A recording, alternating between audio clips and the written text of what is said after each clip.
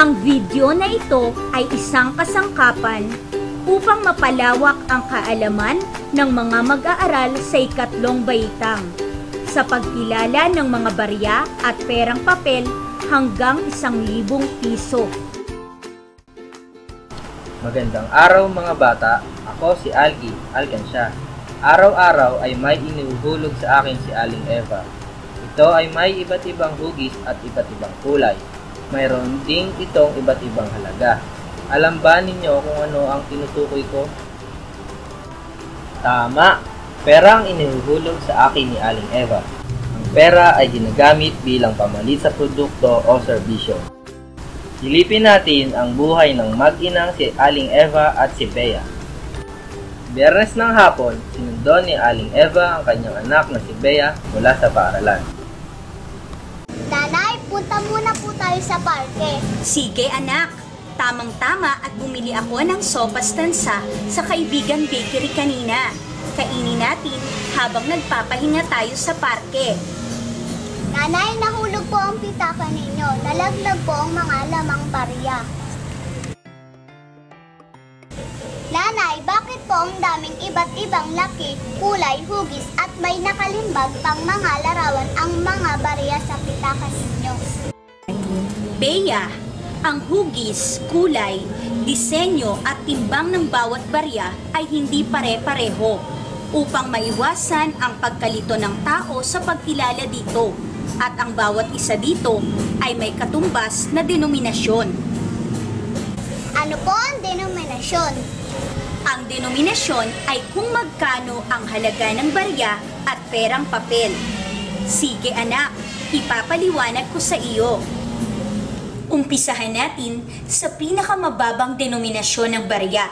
Ito ay ang 1 sentimo. Ito ay kulay tanso. Sa harapang bahagi makikita ang Republika ng Pilipinas, 1 sentimo at taon kung kailan ito ginawa.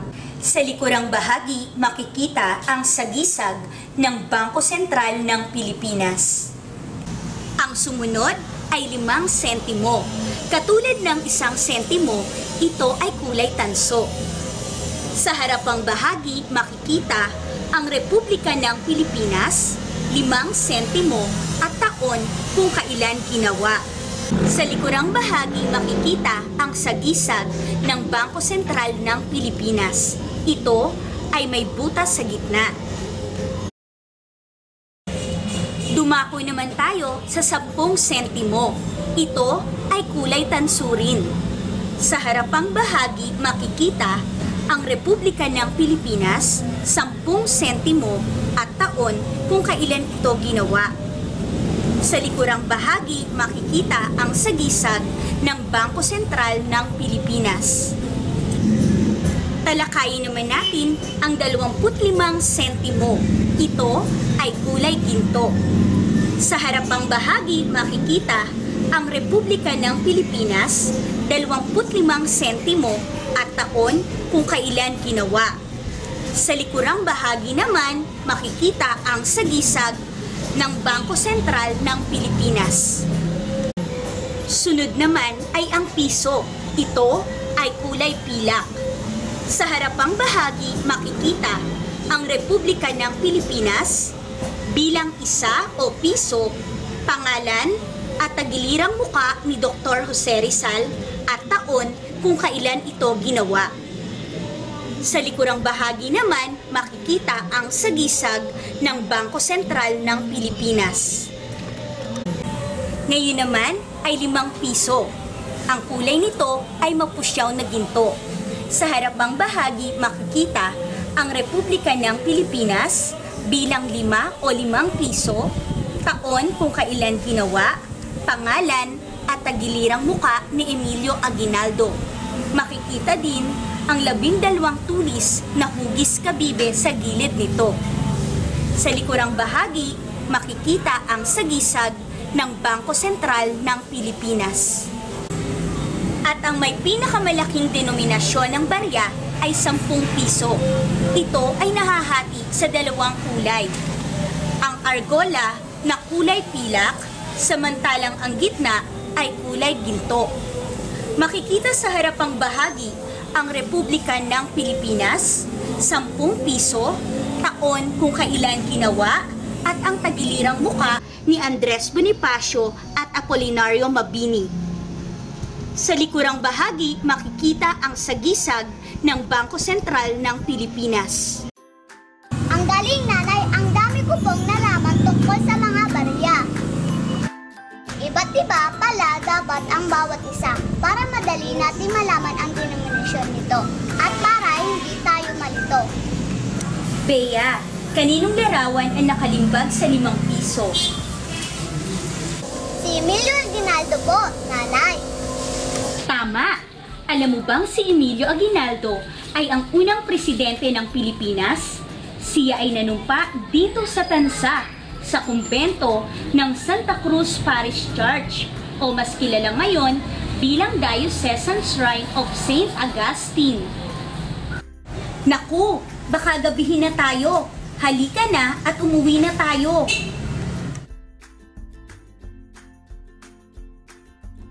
O Bea, kumuha ka ng 20 piso sa aking pitaka. Opo, nanay. Salamat sa banyo, Bea.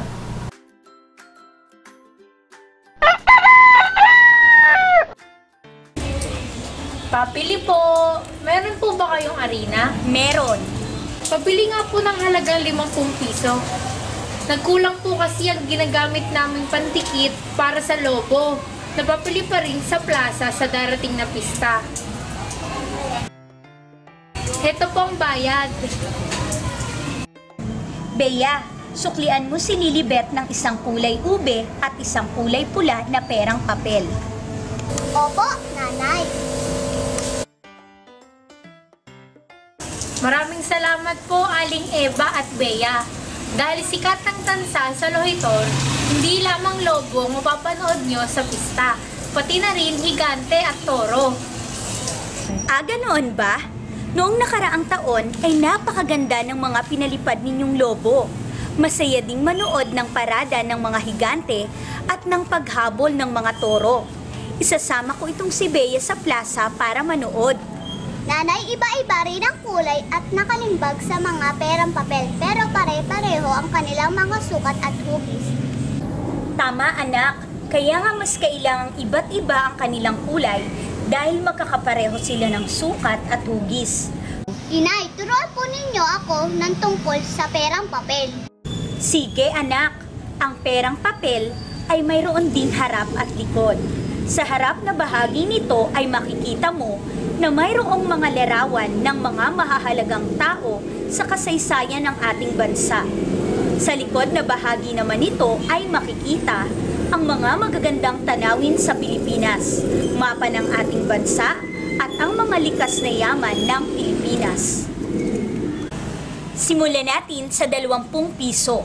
Ito ang may pinakamaliit na denominasyon ng perang papel. Kulay orange o kahel ito. Sa harapan nito ay nakalimbag ang larawan ni Manuel L. Quezon. Sa likod na bahagi naman ng pera ay matatagpuan natin ang larawan ng Banawe Rice Terraces at ng Palm Sibet.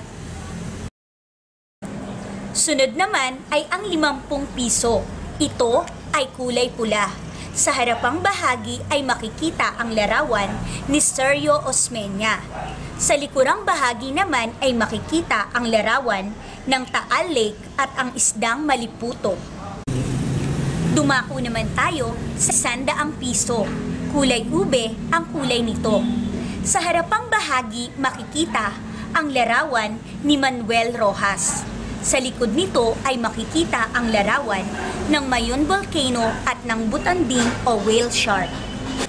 Tukuyin naman natin ang 200 piso. Ito ay kulay berde. Sa harap nito ay matatagpuan ang larawan ni Diosdado Macapagal. Sa likurang bahagi naman ay nakalimbag ang larawan ng Bohol, Chocolate Hills at ng Tarsier. Sunod naman ay ang 500 piso. Ito ay kulay dilaw. Sa harapang bahagi nito ay nakalimbag ang larawan ng mag-asawang sina Benigno Aquino Jr. at Corazon Aquino. Sa likod na bahagi naman nito ay matatagpuan ang larawan ng Puerto Princesa Subterranean River National Park at ng Blue Nape Parrot. Ngayon naman ay dumako tayo sa mayroong pinakamalaking denominasyon sa lahat ng perang papel sa Pilipinas. Ito ay ang 1,000 piso. Sa harap nito ay matatagpuan ang tatlong larawan na sina Jose Abad Santos, Vicente Lim, at Josepa Llanes Escoda. Sa likurang bahagi naman nito ay nakalimbag ang larawan ng Tubataha Reefs Natural Park at South Sea Pearl. Higit na mas malaki pala ang denominasyon ng mga perang papel kaysa mga barya. Ngayon ay alam ko na. O sige, Bea, subukin natin ang iyong natutunan tungkol sa barya at perang papel. Anong perang papel ang mayroong kulay pula? Ang tamang sagot ay C, 50 piso. Sino ang personalidad na nakalimbag sa 5 piso? Ang tamang sagot ay B, Emilio Aguinaldo. Anong barya ang may pinakamababang denominasyon? Ang tamang sagot ay A, 1 sentimo. Ano ang kulay ng 500 piso? Ang tamang sagot ay C, dilaw. Aling perang papel ang may nakalimbag na larawan ng Bohol Chocolate Hills sa likod? Ang tamang sagot ay A, 200 piso. Anong barya ang mayroong 2 taong nakalimbag sa harapan nito? Ang tamang sagot ay D, 10 piso. Anong barya ang mayroong butas sa gitna? Ang tamang sagot ay A, 5 sentimo. Sino-sino ang nakalimbag sa harapan ng 1,000 piso? Ang tamang sagot ay C, Josepa Llanes Escoda, Vicente Lim, at Jose Abad Santos. Anong barya ang mayroong 2 kulay? Ang tamang sagot ay B, 10 piso. Anong tanawin ang nakalimbag sa likod ng 100 piso? Ang tamang sagot ay C, Mayon Volcano. Napakahusay mo, Bea. Tama ang lahat ng iyong kasagutan. Tunay na marami kang natutunan tungkol sa barya at perang papel. Dahil diyan ay bibigyan kita ng sarili mong alkansya upang makapag-ipon ka ng iyong sariling pera. Salamat po, Nanay. Talaga nga pong mahalaga ang ginagampanan ng pera sa pang-araw-araw na buhay ng mga tao. Ginagamit ang mga ito upang makabili ng mga produkto at magbayad sa serbisyong ginawa ng ibang tao para sa atin. Kaya kailangan natin ito pahalagaan at huwag gastusin kundi dapat ito ay tipirin.